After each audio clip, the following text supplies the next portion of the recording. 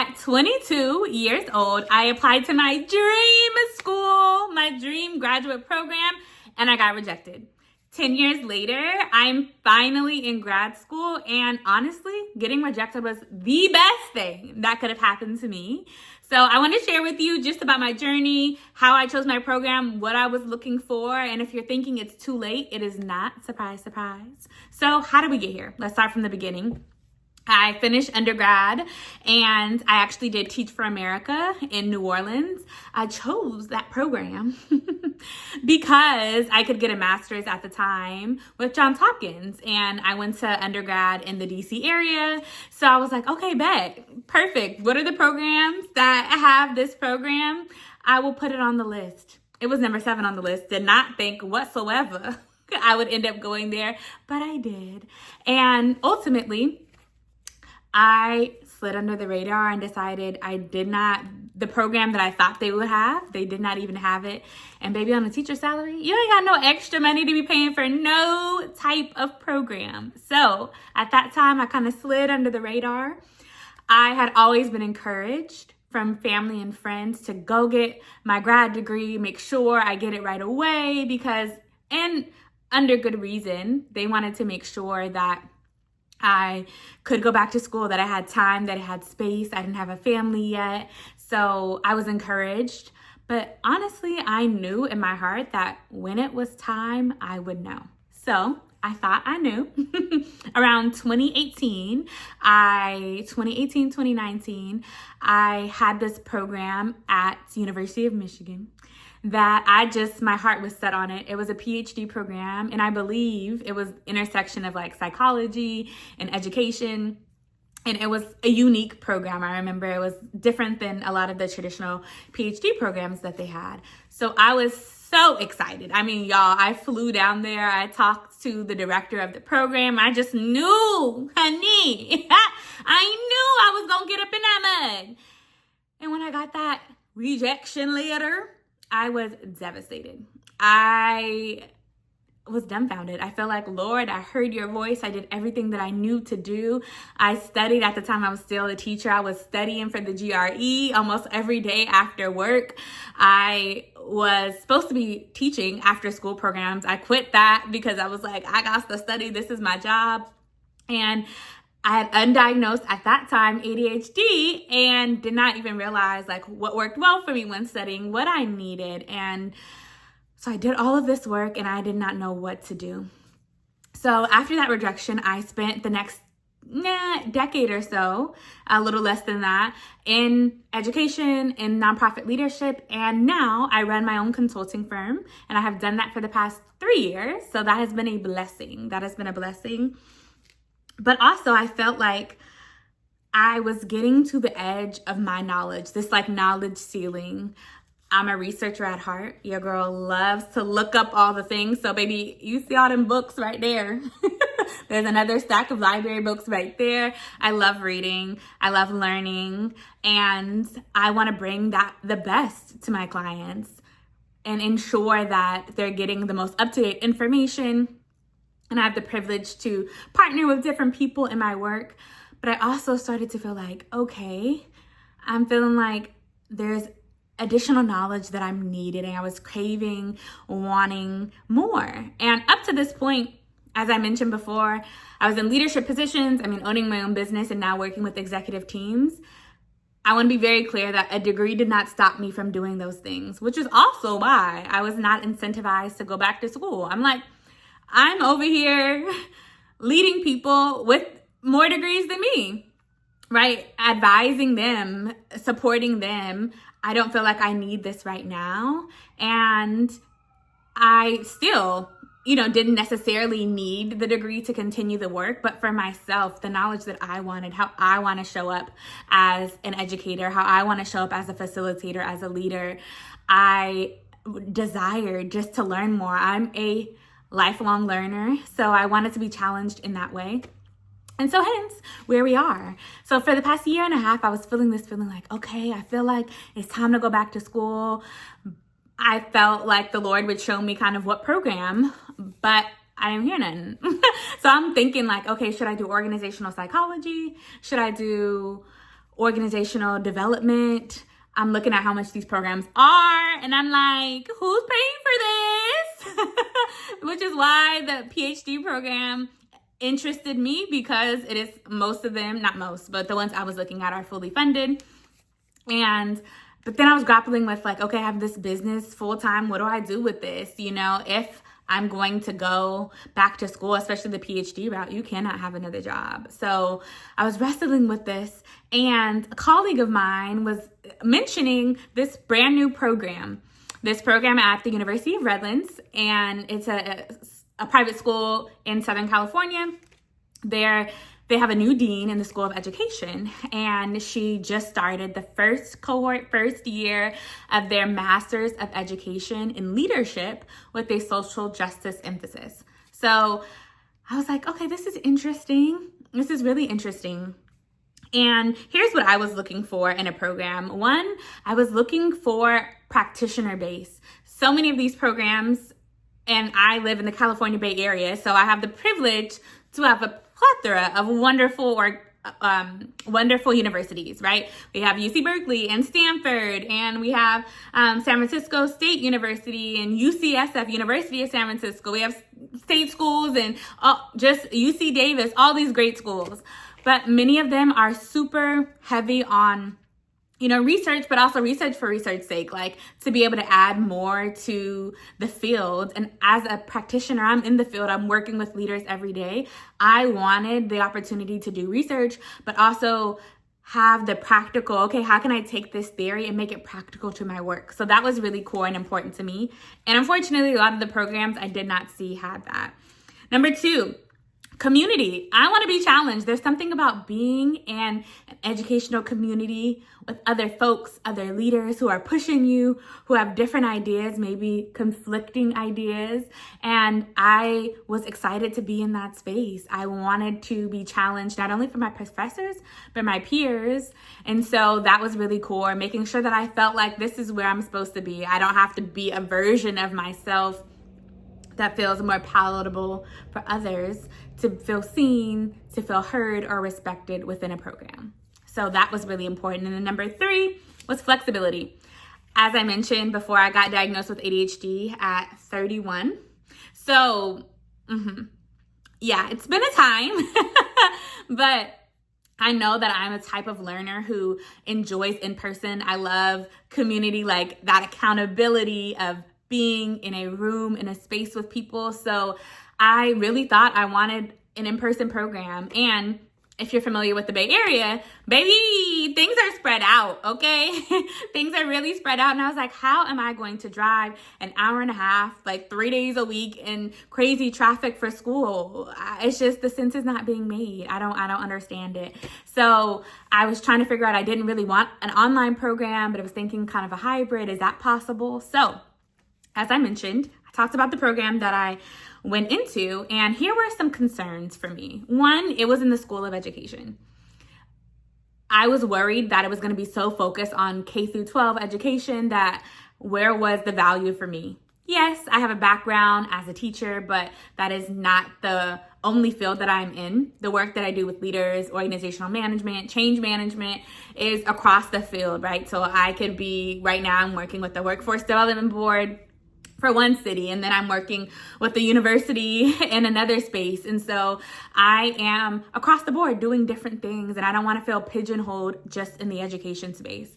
So I was really honest with the dean and asking some of the hard questions, like, hey, I am not an education major or, you know, someone who just wants to work in education. How can I still use this degree for the work that I'm doing? And she really challenged me and said, you get to make this your program. So when we're talking about, I have a class on data and statistics, right? So I can make that my own. Well, what kind of data, what is my scope that I'm looking at? Is it more in the education space, or is it on the organization side? What does that look like? So how can I take my courses with the lens? Right now, I'm in a course that's the pedagogy of, I think it is pedagogy of learning and development. And so do I just look on the education space? Thankfully, our program is actually super broad. So right now we're talking about how to be a really strong facilitator. What does that look like? What does excellence mean in that space? And it's very applicable to what I'm doing right now, which is awesome, And then one of the other concerns I kind of mentioned earlier was this program is online. So I was really concerned about how am I going to mesh with people? How am I going to feel, zoomed out, honey. Zoomed out is a real thing. And your girl did not want to feel zoomed out after sitting for 6 hours for the program. So let me just tell you a little bit about how our program is structured. This is not at all sponsored by, University of Redlands, pay me up. Okay. Shoot, if you are interested in the program, tell them Taylin sent you. So maybe I can get some money off my degree. Okay. But just giving you a structure. Again, this is the first cohort. So with that is exciting because you get to try different things. It also means there's some kinks that got to be worked out. So we have class every other Friday and Saturday. It is Friday evenings. It is from 6 p.m. to 9:30 p.m. And Saturday, it is from 9 a.m. to 6:30 p.m., baby. So as someone and this is actually a year program, so it's an accelerated, we got all through every other week. And actually, there are some months where it's every weekend. Yeah. Through the end of the year, by December 31st, I will have my degree, which was also really exciting for me. One, because that accelerated model felt like this is more realistic. I am still running a business full time. So it has been a challenge, and I will definitely share about in a future video just how I'm balancing both things. Some of the tactics I'm using with an online program, stay engaged with professors, because part of the space of being in school is not just about grades and reading theory, right? It is really about relationships. So those professors, thank God my professors are practitioners, which was something that I was really excited about. And I want to network with them. I want to connect with them, baby. Think of me when you want to bring somebody in, when you want to write an article, when you doing some consulting, when you have a question or a thought or idea. Yeah. And so I want to tell you about how I'm doing that. That's for the future. So yes, it's online. I did not have to have, so coincidentally, my GRE expired last year, 2025. So that was another thing. I did not want to retake my GRE. I did not want to study again for the GRE. So I was also looking for a program that was not a requirement. And this program fit that as well. And then because this is the first cohort, there was a discount. Honey, free is for me. It's not free, but the discount was a blessing for sure. So that was a huge benefit and something that was enticing for me. And then what else do I have on here? Yes, my classmates. So I talked a little bit about online, and one of those that was a concern for me. Thankfully, this program allows, so the dean of the program, the dean and the professors had really got the word out, and a lot of people that knew them, because they were from the area, so from California, from up north, which is where I live, all the way down south. So majority of the students are from from California. I would say we have some in Southern California, again in North. And then we have another student in Chicago. So that's really dope to have people from different spaces in that room challenging each other and different experiences. Some are in school settings, some are in like more creative settings, creative writing, some are in community-based programs. It's just the gamut, which is really dope. And most of the students, where there's a good chunk of us, probably like 45-50%, who are in a 50-mile radius. So although it's not an in-person program, we have been in our group chats planning spaces and times for us to connect in person, grab coffee, to co-work together. So I feel like I get the best of both worlds, right? An opportunity to still engage with my peers. And so in closing, I just really want to remind you that if you're in a space right now and you're wondering, is it time for me to go back to school? Is this still possible? Maybe you're a parent and trying to figure out how I'm going to do it with kiddos. There are most of the people in our program, actually I would say 50%, are parents. And so what I value about this program, and I hope that this is something you can look for in your program, they see us as people, as humans. And that means when I have 90 pages of reading to do for a class, being able to know that I'm showing up as my best, you know? Maybe that morning you had to run kids to different places and you're just trying to show up. And yes, you've done maybe 60 or 80% of your reading and there's still a couple of pages on the break you need to read, but we're valued as human. And so that was really important to me. I don't want to feel like I'm in competition with people, and yet I want to be challenged. So I get that opportunity to do that here in this program. It is not too late for you to go back to school. Maybe back to school for you is finishing your bachelor's. Go and do it. Maybe you're one course away from finishing your master's. Go and do it. Maybe you want to continue to your PhD. Go and do it. It is not too late.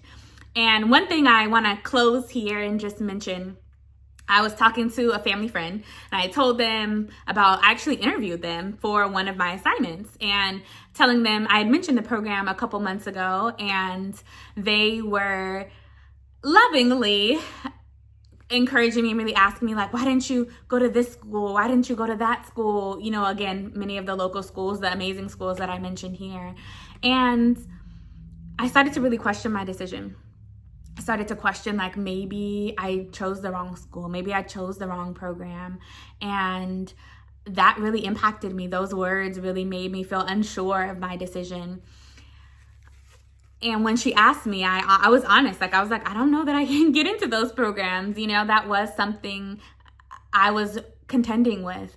And what I came to realize was I am exactly where I am supposed to be. Something I also love about my program is it is steeped in culture. So when I say culture, we're talking about what are indigenous practices for around community, around facilitation, for developing leaders.